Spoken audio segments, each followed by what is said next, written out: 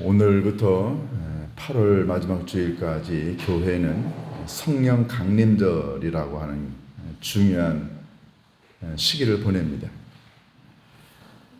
여러분이 잘 아시는 대로 예수님께서 부활하시고 난 다음에 40일 동안 제자들과 함께 계셨습니다. 40일 동안 예수님이 제자들에게 3번 나타나셨죠. 예수님께서 40일 계시고 난 다음에 승천하실 때 제자들에게 이런 말씀을 하셨습니다.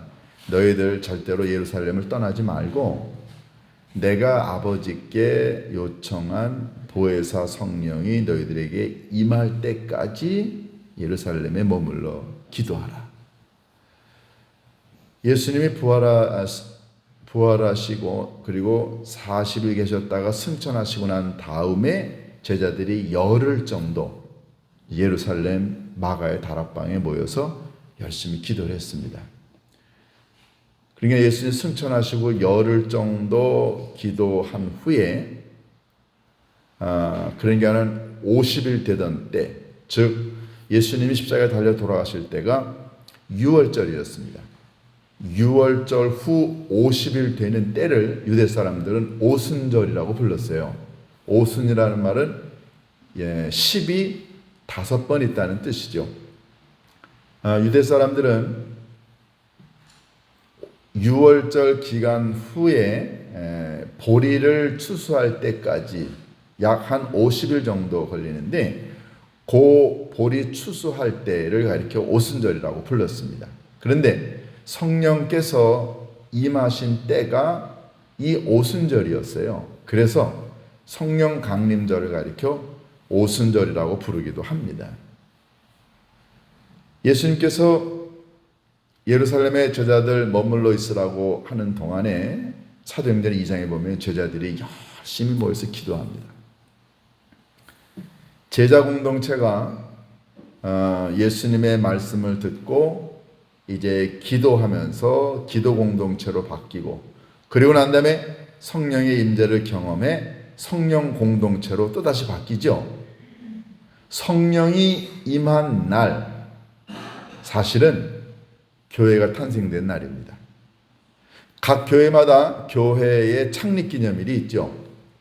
그런데 지구 역사상의 교회라고 하는 이름이 탄생이 되게 된 건 예수님이 보내신 성령이 임한 날부터였습니다. 그렇기 때문에 성령 강림절은 교회의 생일이라고 생각하시면 됩니다. 왜냐하면 교회는 태생부터가 성령과 함께 시작을 했습니다. 이 말을 좀 바꿔서 얘기하게 되면 교회에 성령이 없다고 한다면 그러면 교회가 더 이상 교회가 아니죠. 미국의 어느 유명한 목사님이 이런 얘기를 하셨습니다. 만약에 사도행전에서 이 성령의 임재가 없었다고 한다면 사도행전에 나타난 모든 기적과 그 다음에 교회에 관한 역사는 95%가 다 없어졌을 거다. 이런 얘기를 합니다. 이 말은 교회의 탄생은 성령의 임재로 시작했고 교회를 유지시키고 교회를 발전시키고 교회를 끝까지 인도하는 건 성령님이시라는 거죠. 이런 의미에서 성령 강림절은 굉장히 중요한 절기라고 이야기할 수 있습니다. 오늘부터 8월 마지막 주일까지 약 2달간 여러분과 함께 매주일 성령에 관한 말씀을 저희들이 듣게 되는데요. 여러분들이 성령 강림절을 시작으로 해서 여러분의 삶이 누구에 의해서 인도되고 있는가를 되돌아보는 그런 의미 있는 시간이 되었으면 좋겠습니다. 사실 기독교의 삼위일체 이 교리 가운데 가장 성도들이 조금 헷갈려하는 게 성령에 관한 부분입니다.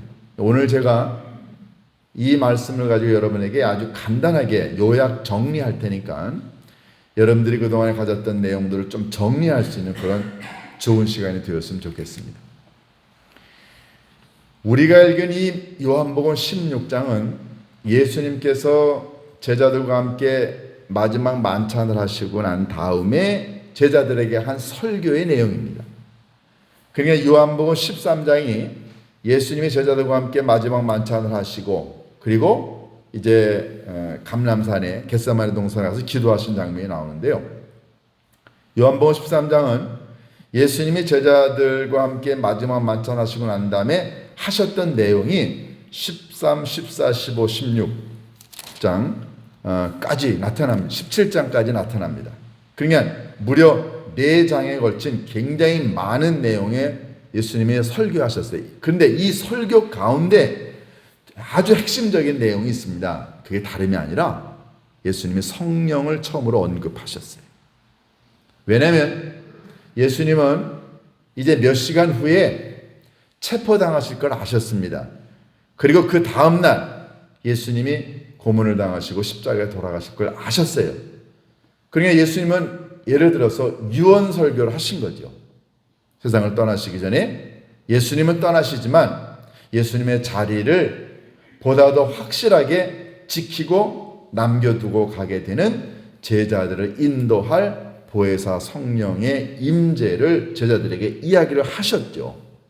왜냐하면 예수님은 떠나지만 보혜사 성령이 오심으로 인해서 예수님의 사역이 계속해서 이어져 갈 것이라고 하는 걸 예수님이 강조하시기 위해서 말씀을 하셨습니다. 이 요한복음 16장 오늘 우리가 읽은 이 본문은 예수님이 그때 하셨던 설교의 내용입니다.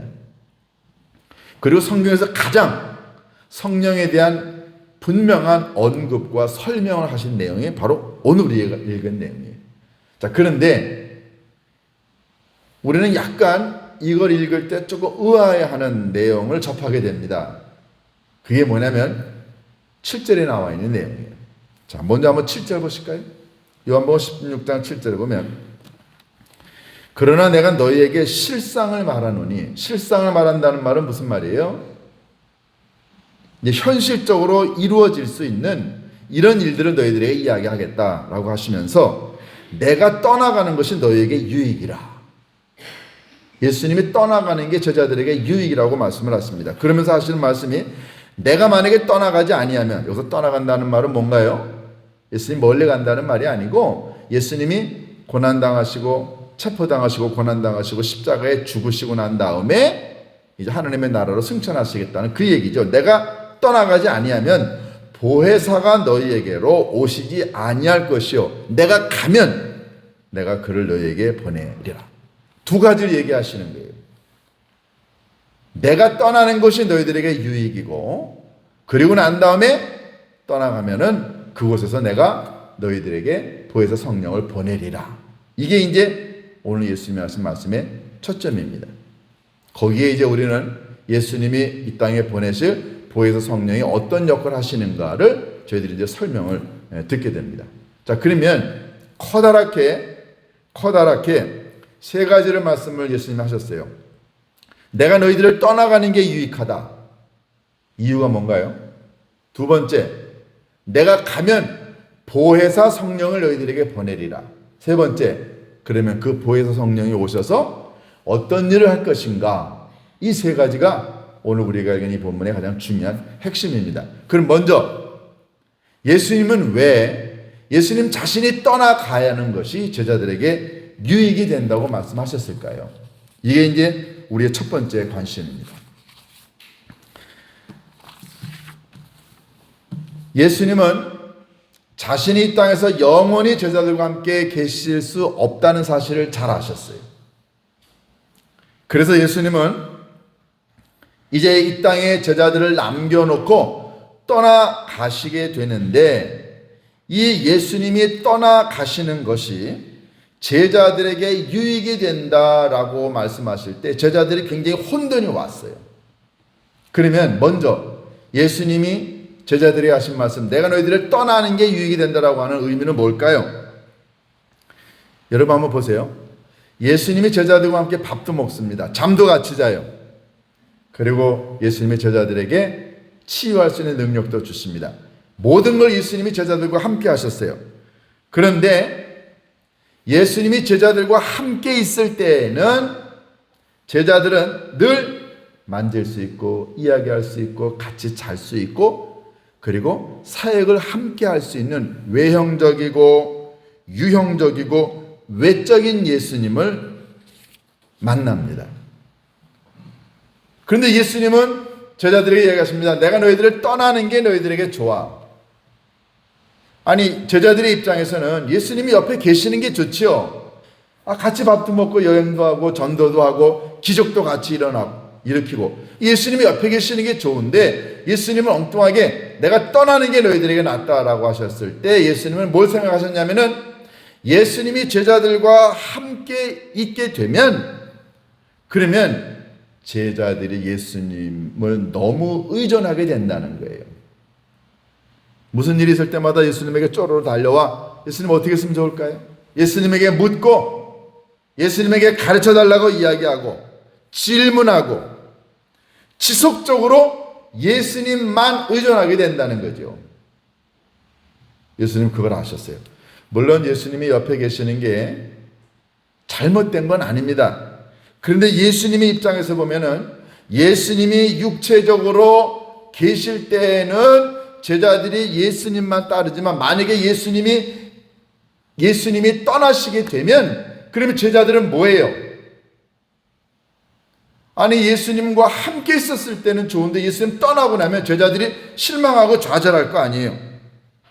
예수님이 제자들과 함께 계시는 동안에 예수님이 느끼신 건 이 제자들이 하나님에 대한 보다 더 깊은 교제와 관계와 믿음의 이런 아름다운 것들이 제한이 된다고 생각하신 거예요. 왜냐하면 예수님에게만 의존하니까. 그러나 예수님을 누가 보냈나요? 하나님이 보내셨습니다. 하나님의 놀라운 뜻과 계획과 하나님의 가르침이 있는데 예수님과 함께 있기 때문에 하나님의 보다 더 깊고 놀라운 오묘한 진리와 가르침을 제자들이 묻지 않아요.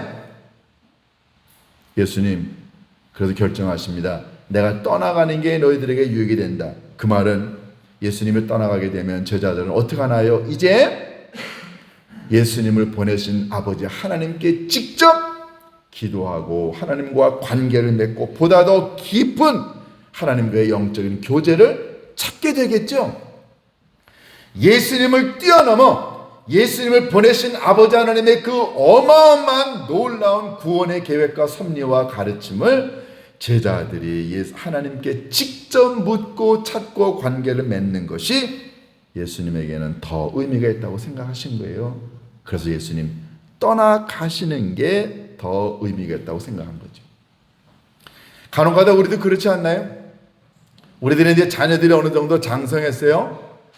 부모님 슬하에 자식이 있습니다. 그런데 어느 날 부모님이 찾아와서 이야기합니다. 아들아, 딸아, 이제 내가 스스로 살아갈 만하니 이제 엄마 아버지는 내 곁을 떠나마.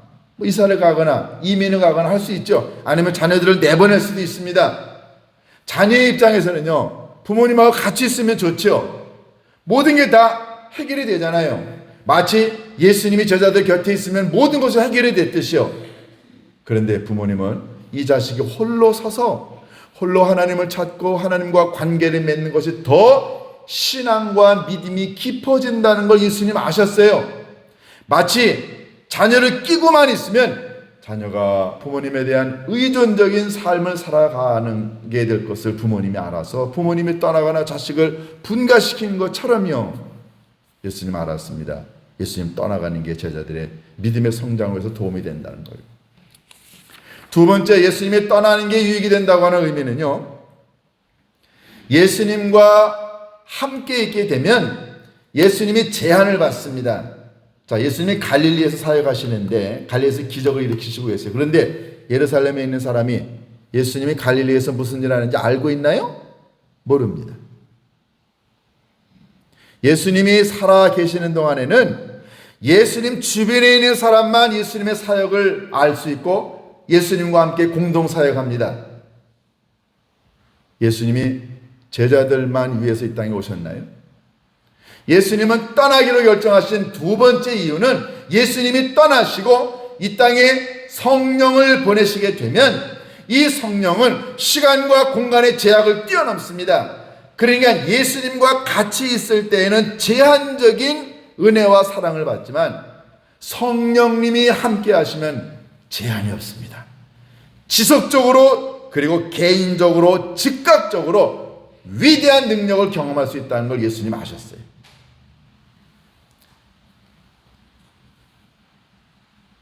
여러분 한번 생각해 보세요.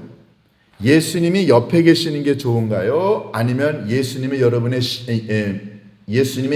옆에 계시는 게 좋아요? 아니면 성령님이 여러분의 마음속에 계시는 게 좋은가요? 제자들의 입장에서는 예수님이 옆에 계시는 게 좋았겠죠? 그러나 신앙인은 예수님이 옆에 계시는 것보다 성령님이 우리 마음속에 계시는 게 훨씬 더 성도의 입장에서는 위대한 힘을 발휘할 수 있습니다. 예수님은 그걸 아셨어요. 그래서 예수님이 요한복음 14장 17절에 이런 얘기를 하십니다. 성령이 너희와 함께 거하시며 또 너희 속에 계심이라. 예수님이 땅에 계시게 되면은 예수님 주변에 있는 사람들만 예수님과 관계를 맺을 수 있지만 예수님이 떠나가시게 되면 보내실 성령의 능력으로 인하여 지구촌에 있는 모든 사람들이 시간과 공간과 장소의 제약 없이 위대한 하나님과의 영적인 교제를 가질 수 있다는 거죠. 예수님 그걸 아셨습니다. 세 번째, 예수님이 계시는 동안에 많은 말씀을 하셨지만 사람들이 예수님을 다 이해했나요?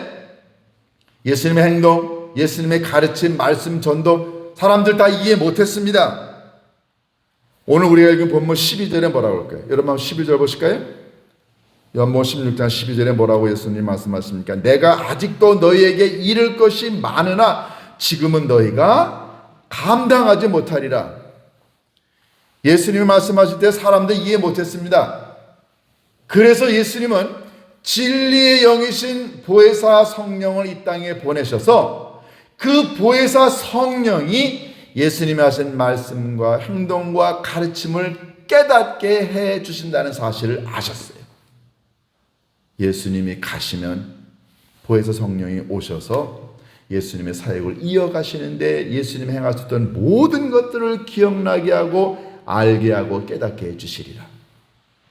그러니까 지금은 이 성령님이 임재하시는 성령 시대죠.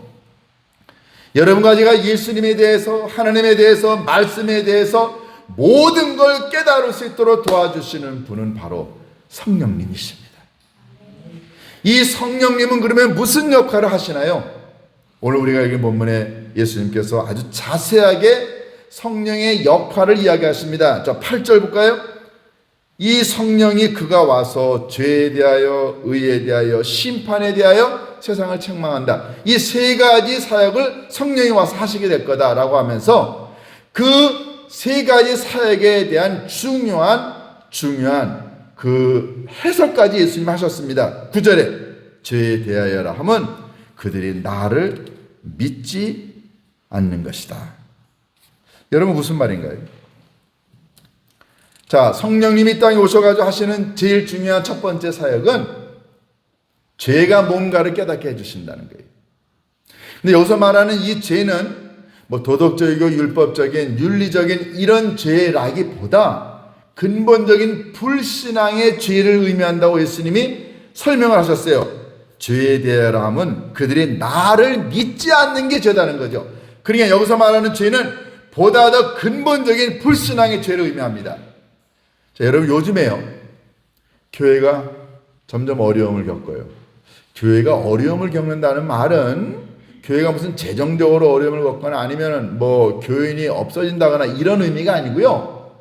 세상에 있는 사람들이 교회와 신앙과 하나님과 예수님과 성경을 필요로 하지 않는다는 뜻입니다.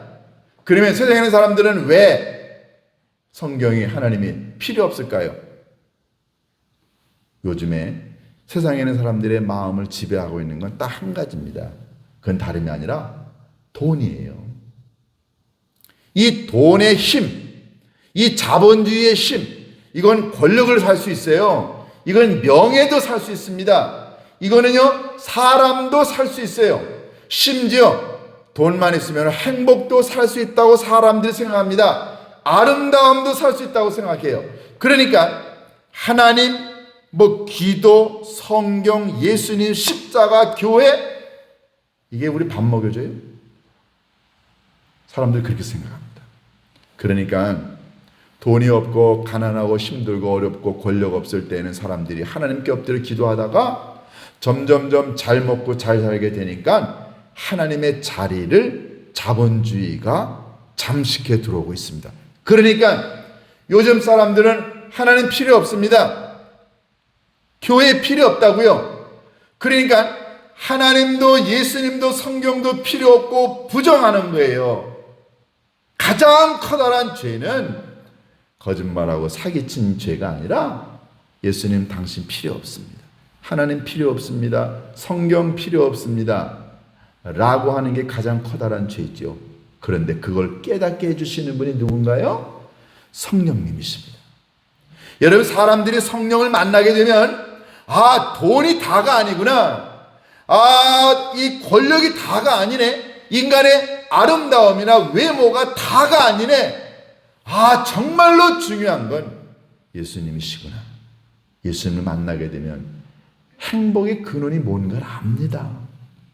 예수님을 만나게 되면 돈이 가져다 주지 못하는 인간의 궁극적인 행복과 기쁨과 감격을 예수님이 가져다 준다는 걸 안다고요. 그걸 깨닫게 해주시는 분이 누군가요? 성령님이십니다. 그러니까 이 성령을 경험하지 못하니까 성도들조차도 교회 나와서 예배를 드리고 예수님 믿으면서도 돈이 없어 울상이고 건강이 없어 울상이고 권력이 없어 울상이고 세상에 힘들고 어려워서 울상입니다. 그런데 실제로 성령님 만나게 되면 돈, 건강, 세상에 모든 것 없어도 예수님 때문에 행복해지는 비결을 경험할 수 있습니다. 여러분은 어떠세요? 정말로 여러분 안에 예수님이 보내신 성령님이 있나요? 자, 두 번째, 예수님은 이 성령으로서 하시는 역할을 이야기하십니다. 바로 10절에 나와요. 의에 대하여라 하면 내가 아버지께로 가니 너희가 다시 나를 보지 못함이라. 두 번째 성령님이 하시는 역할은 예수님이 하나님의 나라로 가실 수 있었던 건 예수님이 의로웠기 때문이라는 거죠. 자, 근데 이건 좀 설명이 필요합니다. 여러분, 예수님 십자가에 달려 돌아가신 이유가 뭔가요? 유대인의 관점과 로마 사람들의 관점이 다릅니다. 유대인들의 관점에서 예수님 십자가에 죽은 이유는 예수님이 신성모독했다는 거예요. 예수님 자신이 하나님이라고 얘기했거든요. 자기가 하나님을 봤다고 얘기했거든요. 자기 자신은 하나님 자신이라고 얘기했어요. 그러니까 유대인의 관점에서는 예수님의 신성모독이 예수님이 죽어야 되는 거예요. 로마인의 입장에서는 예수님이 왜 죽어야 됩니까? 그것은 예수님이 기본적인 사회 질서를 파괴하고 무슨 혹세무민 한다고, 그러니까는 예수님이 민중봉기를 일으킨다거나 자기가 왕이 되어가서 그래서 반로마 저항운동을 일으킨다거나, 예수님 그래서 로마 사람들의 정치범으로 죽었습니다. 로마인에게는 종교적인 이유로, 유대인에게는, 그리고 로마 사람들에게는 정치적인 이유로 예수님이 죽으셨죠. 그러면 하나님은 어떻게 판단하셨나요? 만약에 하나님이 보시기에도 예수님이 종교적으로 신성모독했고 예수님의 정치적으로도 사회 혹세무민하는 자였다고 한다면, 그래서 예수님이 완전히 죄인이었다고 한다면 하나님이 예수님을 의롭게 보셔서 하나님의 나라로 인도하실까요? 아니죠. 이건 논리적으로도 맞지 않습니다. 그런데 성령님이 오셔서 하시는 두 번째 역할은 의에 대하여 성령이 이야기할 텐데, 그 의라는 말은 예수님이 하나님의 나라로 가셨다. 그러면 하나님의 나라로 갈 수 있는 자는 누구냐는 거죠? 바로 의롭게 사는 자라는 거예요. 여러분, 의롭게 산다는 건 뭔가요? 내가 무슨 착한 일 해야 의롭게 사는 건가요? 아닙니다. 그거는 여러 가지 중에 하나일 뿐이죠. 정말로 의롭게 살아가는 건 하나님이 내 인생의 진짜 주인이고, 하나님이 살아계시고 하나님이 예수 그리스도를 보내셨고 내가 하나님의 말씀과 진리대로 살아가겠다고 다짐하는 것, 그래서 나의 더러움과 죄악이 깨끗하게 용서를 받아 내가 의인이 되는 것, 아버지 하나님이 천국에 보내시는 사람은 바로 그런 사람입니다. 예수님 그걸 증언하셨어요. 그러니까 성령님이 이 땅에 오셔서 내가 하나님의 나라에 가려면 의롭게 살아야 된다. 즉 예수님의 삶을 닮아가야 된다는 거죠. 예수님이 불편부당하게 사셨나요? 예수님이 이득을 취하셨나요? 예수님은 자기의 능력을 빙자해서 이 세상에서 권력을 얻었나요? 예수님 그렇게 안 하셨어요. 하나님의 나라만 전파했고 바르게 경건하게 그리고 진실되게 살아가려고 하는 삶만 보여주셨다고요. 하나님 보시기에는 그게 의로움이었어요. 그렇게 의롭게 살아갈 수 있도록 길을 열어주고 깨닫게 해주시는 분이 성령님이시라는 거죠. 그러니까 이 성령님을 만나지 않으면 여러분과 제가 의로운 삶을 살아갈 수 없습니다.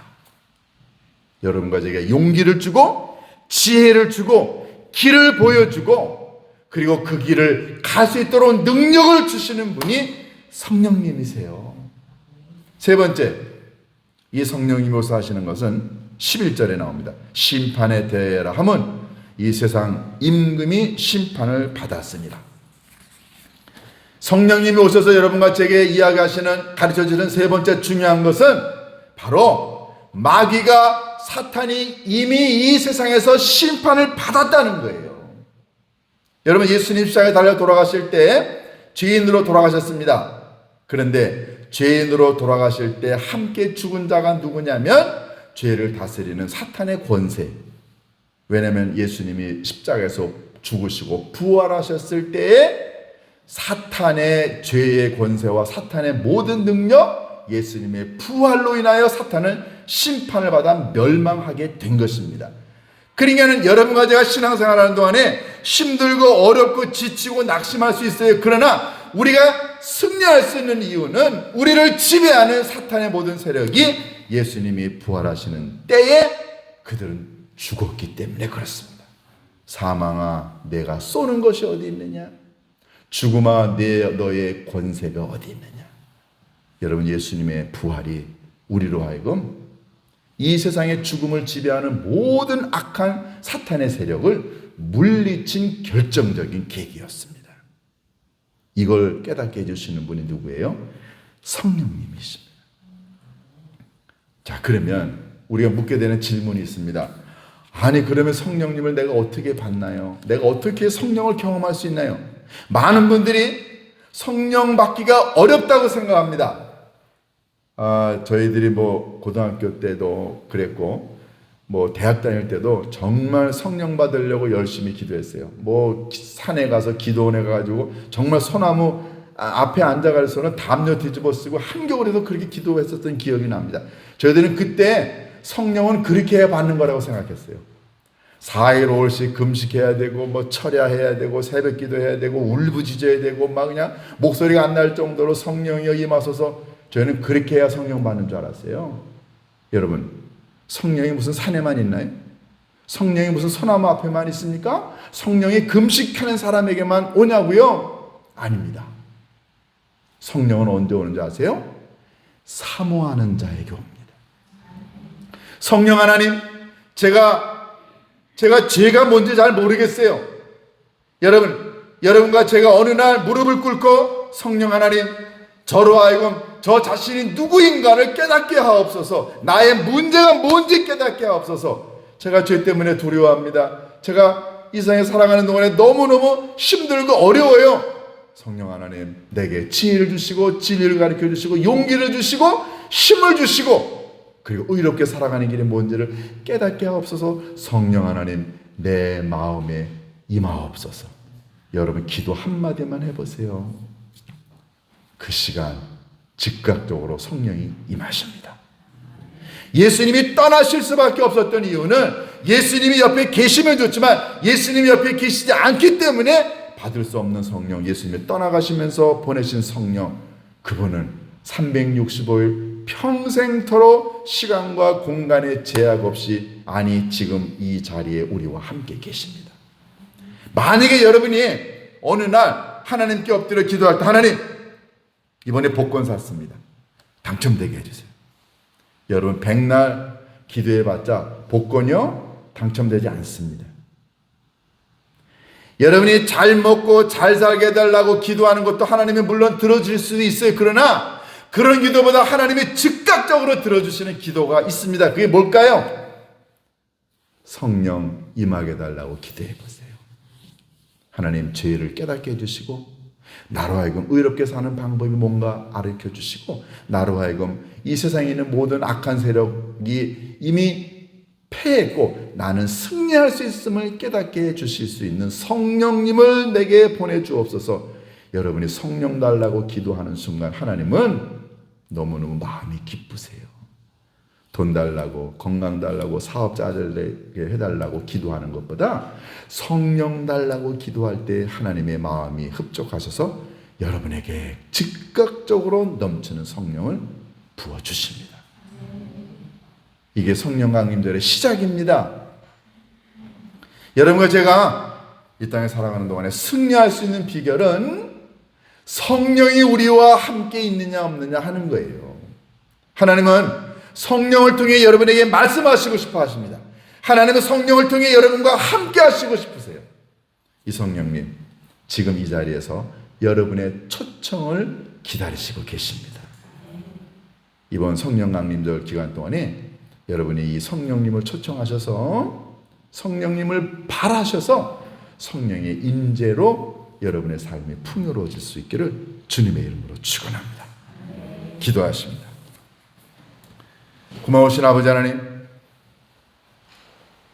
주님의 승천 이후 성령의 임재를 기다렸던 제자들, 아버지 하나님 성령이 바람처럼 회오리처럼 불처럼 임했으나 아버지 하나님 성령님 우리가 간구할 때 우리의 심령 속에 세미한 음성으로 조용한 감동과 물결로도 얼마든지 우리의 심령 속에 오실 수 있음을 믿습니다.